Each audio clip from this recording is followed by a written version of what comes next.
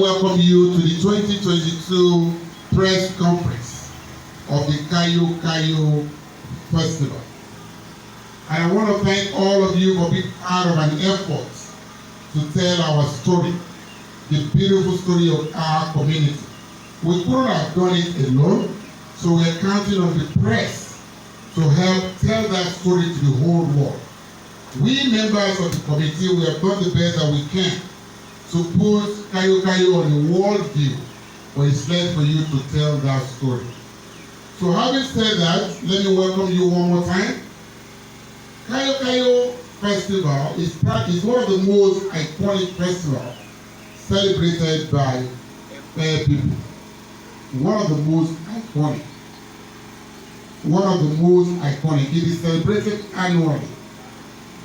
But most significantly, it has a religious, the cultural, and of course the social undertone. 3 in 1. Now, we all know that Ekpe is dominantly a Muslim community. And that is why the religious aspect of KayoKayo is so important.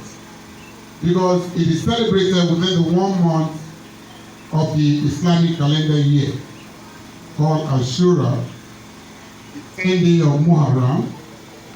That is when it's celebrated. And it's the world notable day in Islam.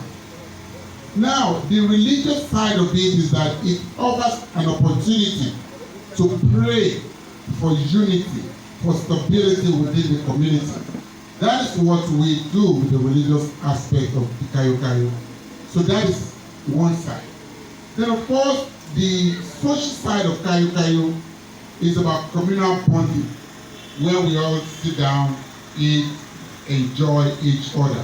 So I can assure you in the next 1 week, because the KayoKayo is 1 week program, we are going to eat, wine, and dine. That is what KBC wants, that we should eat to our satisfaction.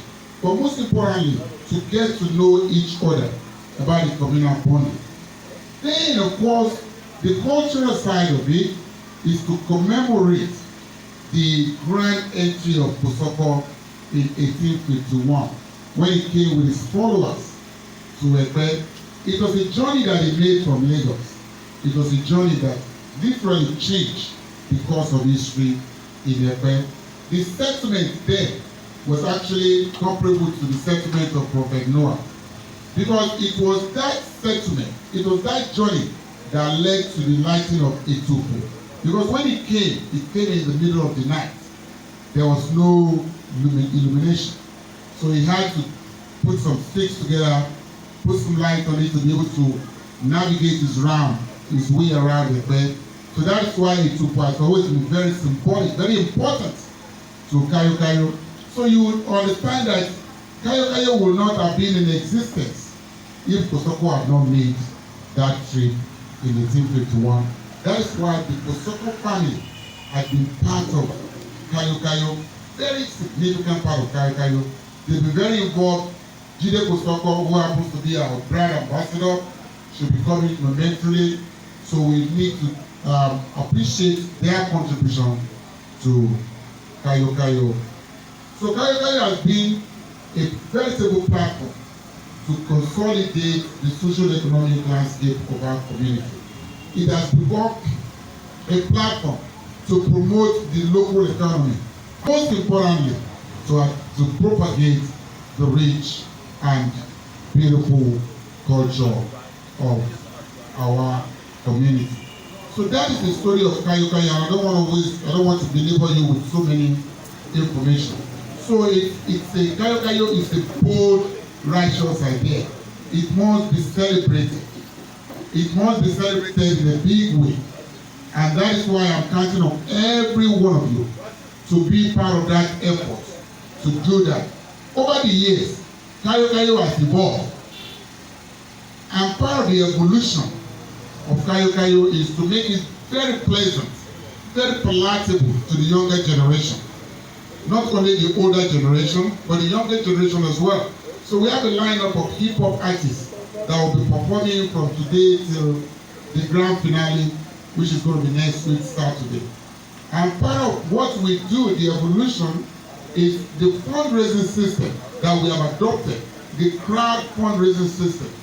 And to all our sponsors who have actually contributed to this, we thank them.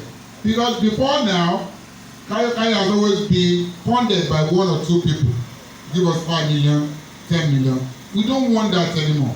We want the community to take control of KayoKayo. Somebody gave us 1,000 naira yesterday. I don't know who that person was, but if I had his number, I would have called him and thanked him. Because for him to give us 1,000 naira, you know, that means a lot.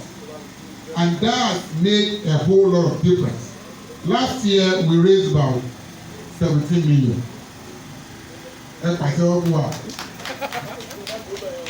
And we said we fixed deposited 10 million. So this year, we are almost at that line.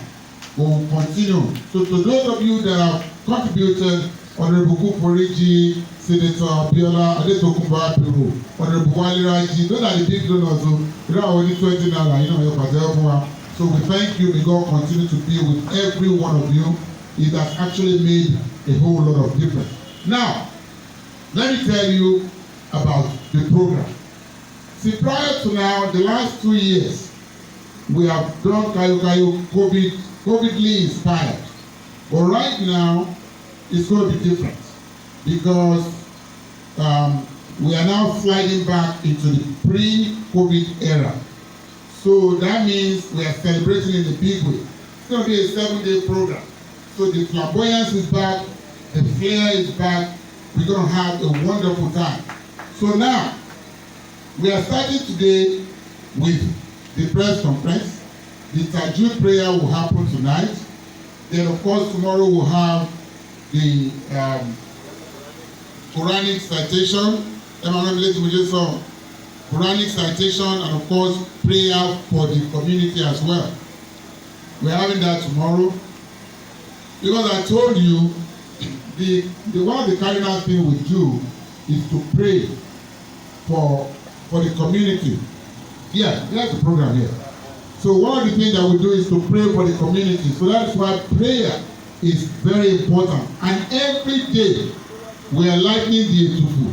Let me tell you, part of the evolution of the Etufu is that we are not going to be using those wood anymore. I thought they would be able to bring you. We have a giant Etufu now made from steel. We are going to be using gas to light it. It was made by the Kosoko family.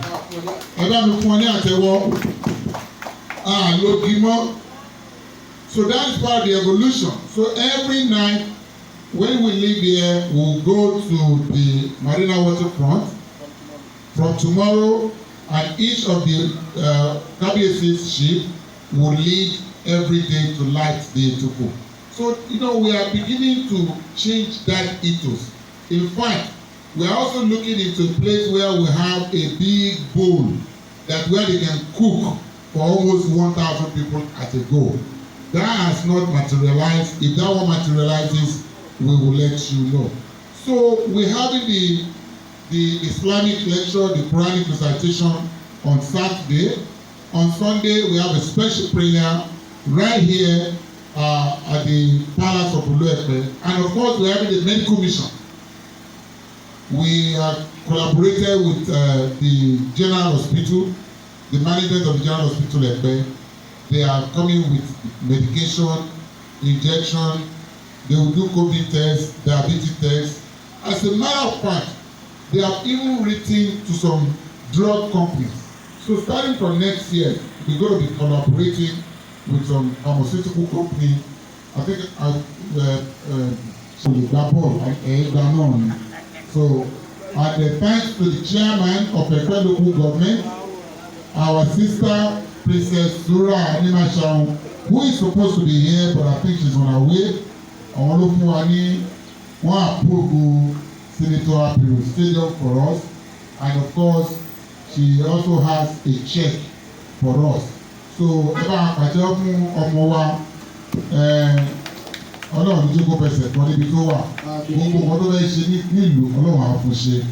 Ọlọ́run á lè máa fún lókun láti máa ṣe nǹkan tó dáa. Now, Then of course day 4 we're having the children's party.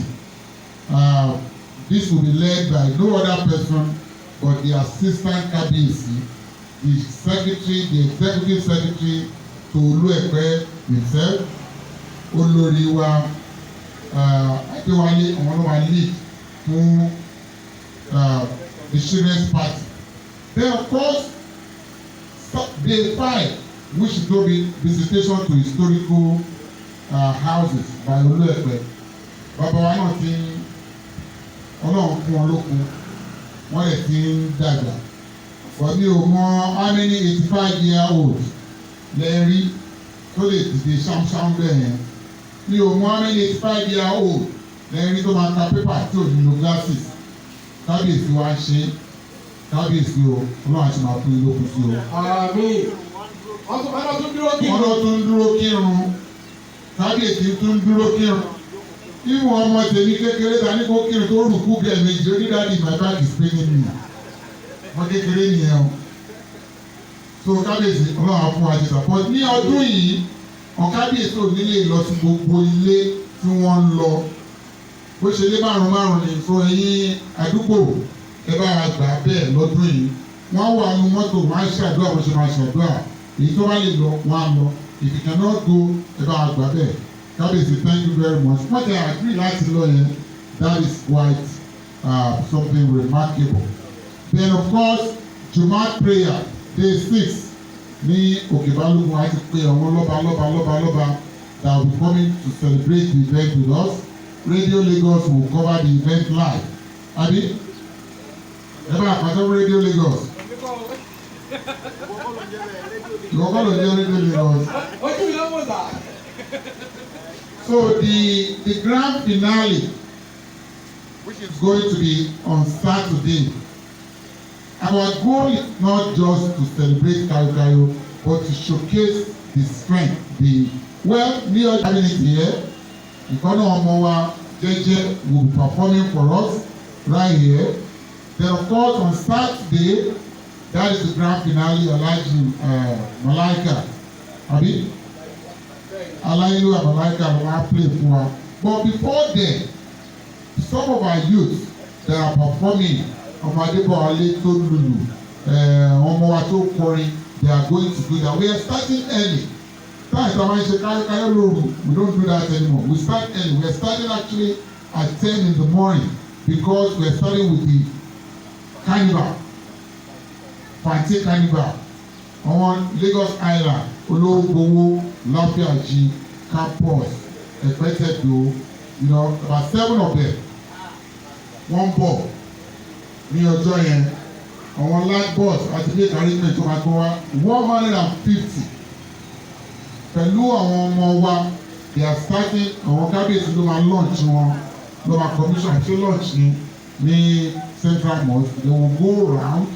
So by that time we go round, there will be 3 or 4. We are starting. Then of course, scholarship is one important thing. About 50 of them are for the scholarship. We just don't want to come and spend money. Honorable Sanut is the one that is in charge of the scholarship. So we have all these programs in place. And I just want every one of you to come out. Then most importantly, àwọn àdúgbò náà, they will be part of the carnival. Honorable Wálé gbogbo aṣọ tí àwọn ward wọ̀, Òkèbalógun ni o, ilé àwọn Abbas ni o, ilé àwọn Sàdáàlà ni o, gbogbo wọn. Gbogbo aṣọ tí wọ́n wọ̀, Honorable Wálé ló fún wa ní owó láti bẹ̀rẹ̀ aṣọ yẹn. Ẹ bá mi pàdé Honorable Wálé. So, àwọn senators wa, they are doing well. Senator Abiru, wọ́n fún wa ní 1 million. Honorable Wálé 1.5 million. Honorable Kukuriji 1 million. Wọ́n máa dánú wa bẹ́ẹ̀ ni. Ẹ bá wa pàdé fún wọn pé ó kàn ń wọlé ni. A sọ fún pé this community we have strength, we have character. A lè máa lé èèyàn kan kiri, gbogbo wa lọ́wọ́ ṣe fún ọ̀bẹ tó bá ní tòun òtólókò. Deputy governor ọmọ wa ó fa 2 million. Ẹ bá fún wa ní àtẹ́wọ́. Mo ń lé Sanwó-Olú kiri sí ìlú ìṣẹ́ máa lé ó ti pé wọ́n láàárọ̀ governor ìṣọ́ra yín o, aláàdìbò. So, on that note, ladies and gentlemen, I want to thank you for being here. I want to thank you for being part of the story of this community. I want to thank you as you're part of our efforts to continue to put our community on the world view. Members of the press, thank you for being here. I will conclude by saying that we can't do it without you. We can't do it without the support of our royal father. Wọ́n nínú àwọn dùn gidi gan. Wọ́n ní tí èèyàn bá ń ṣe nǹkan dáadáa báyìí, tí nǹkan náà tún gbèrú dáadáa ju báwọn ṣe fílẹ̀ lọ, inú ó sọ̀rọ̀ máa dùn gan ni. Wọ́n ní bàtà bẹ̀rẹ̀ KayoKayo. Wọ́n ní àwọn ọkọ̀ máa wọ́ ìdíwọ́jú ni. Lórí ló dà ọba wa bàbá Kazeem. Tí a bá wọ́n náà bá ti dé palace, kábíyèsí máa ṣàdúrà. Wọ́n ní bá ti dàgbà tó ń bà yẹn. Wọ́n ní máa ní ìlú káàkiri gbogbo ìlú ẹ̀kọ́ tó máa rìn káàkiri gbogbo ìlú ni. Tá a máa fi wọ́de.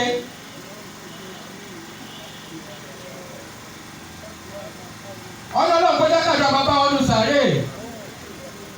Bọ́wọ̀ ṣe ṣe ń gbà tí wọ́n nìyẹn. Wọ́n máa pass betting sí bàbá Balógun Agbájé. Wọ́n ní bọ́ọ̀lù ṣe nǹkan bèrè gbà ẹ̀ nìyẹn. Ẹni tó sọ̀rọ̀ yìí ní coordinator nígbà yẹn olú ẹ̀kọ́ ẹgbẹ́ lọ́wọ́lọ́wọ́ báyìí. Wọ́n náà wọ̀ mọ́ ọ̀nà ṣì ń pọ̀ ní ipò yẹn. Wọ́n ní tó fi dá kí ọba àṣẹ dáadáa.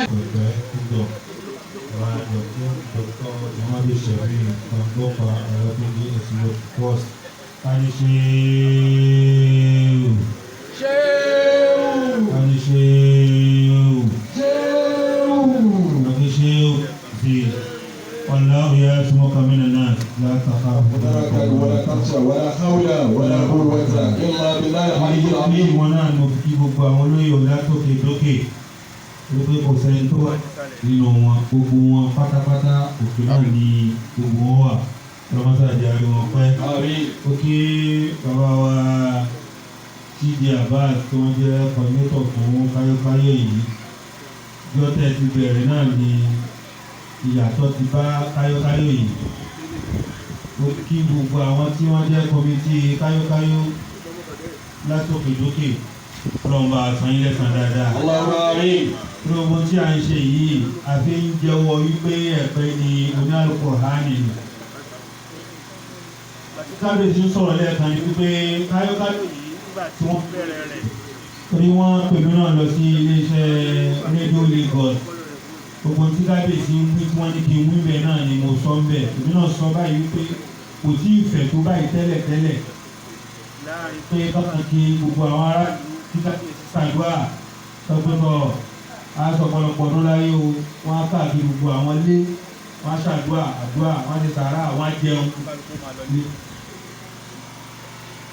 Nígbà tó wá di wípé gbogbo ẹ̀ tí ń di oní pé ká sí ọ̀làjú bọ́ yìí, ẹ̀rí fi sí pé KayoKayo yìí di ọ̀sẹ̀ kan ló máa gbà wá tó bẹ̀rẹ̀ látòrí lọ. Bàbá wa ní KayoKayo kí ló pilẹ̀ rẹ̀? Nítorí pé ẹ̀ náà ní Muharram táǹpé ní Hijra táwà ní 1444 lọ́wọ́ yìí 1444 Hijra ti bẹ̀rẹ̀. Bàtí wọ́n pè mí lọ sípò wọ́n á fi KayoKayo àbí Hijra tá a ṣe yìí àbí KayoKayo táwa náà ń ṣe yìí àbí Muharram tá a ń ṣe yìí mo fi wé kíkúrò lẹ́kọ̀ọ́ bàbá wa kò sọ́kọ́ tọ́kù lẹ́kọ̀ọ́ wá sí Ìbẹ̀pẹ̀. Ẹ wo iye èèyàn tó bá wọn wá láwọn èèyàn lálágbára níjàkújàkú láwọn imams láwọn àfà kò sọ́kọ́ ò dáwọ́ inú ilé ìlóhùn nìkan ó ní àwọn followers tó tẹ̀lé wọnú òkúta wà. Wọ́n lè jẹ́ èèkàn wọ́n jẹ́ alágbára wọ́n jẹ́ jagunjagun wọ́n jẹ́ àfà wọ́n jẹ́ imam wọn ni kò sọ́kọ́ kó wọlé. Nígbà tí bàbá wa T.D. Abbas sọ rẹ̀ kan pé alẹ́ ni wọ́n fi wọnú ìlú yìí ló fà tó fi tan ètò fún. torí ẹlòmíì kò làákàyè rẹ̀ kò balance. a máa wò pé nígbà tó ń pera wọn ní ẹ̀kẹ́ lálùkùrá èwo tún ní iná tí wọ́n tún ń tàn yìí. wọ́n máa sọ di pé bíbí àlè eléyìí táwa sì wà ń bẹ̀ táwé láwàdì. wọ́n tí ò bá yé iná tá ń tàn yìí ni pé nígbà tá a wọnú ìlú yìí alẹ́ la fi wọnú ìlú yìí ló fà tí wọ́n fi ń tan iná. nígbà tá a ti wọlé orí omi la bá wọlé. orí omi la bá wọlé ló fà á tá a fi máa ń lọ sétí omi yẹn. omi la bá wọlé òfùtù náà tó ní àtàn lálẹ́ nígbà tá a wọ̀ kò sí náà kò sí kankan kò tí ì sí ẹ̀lẹ́tírísì kò tí ì sí nẹ́pà kò tí ì sí kankan iná yẹn náà la fi wọlé ní tó fà á tí wọ́n fi ń tan ètùtù ní alalẹ́ nìyẹn. Kàbá ní káyókáyó àkọ́kọ́ rí ìjírá tá a pè Muharram tó bá di ẹlẹ́ẹ̀kẹsàn-án ó máa pè ní Tásúà tó bá di ẹlẹ́ẹ̀kẹwàá á máa pè ní Àṣúrà. Àṣúrà yẹn ni wọ́n pè ní káyókáyó. Fún wọn tí ò bá yé Àṣúrà òun wọ́n pè ní káyókáyó. Ìyẹn ni àwa tí ó jẹ́ pé ìsìláàmù la fi wọnú ìlú yìí ká jẹ́ mùsùlùmí àfihàn pé ọdún yìí a gbọ́dọ̀ máa mọ̀ káyé ká ṣe káyé máa mọ̀ yí pé lẹ́pẹ́ o ní tí wọ́n ń ṣe lẹ́pẹ́ òun náà ní ọdún káyókáyó. ìlú mi náà wọ́n ń ṣe àmọ́ kò dà bí títí wa yìí àwa ní gbogbo ayé gbọ́njúmọ̀ yí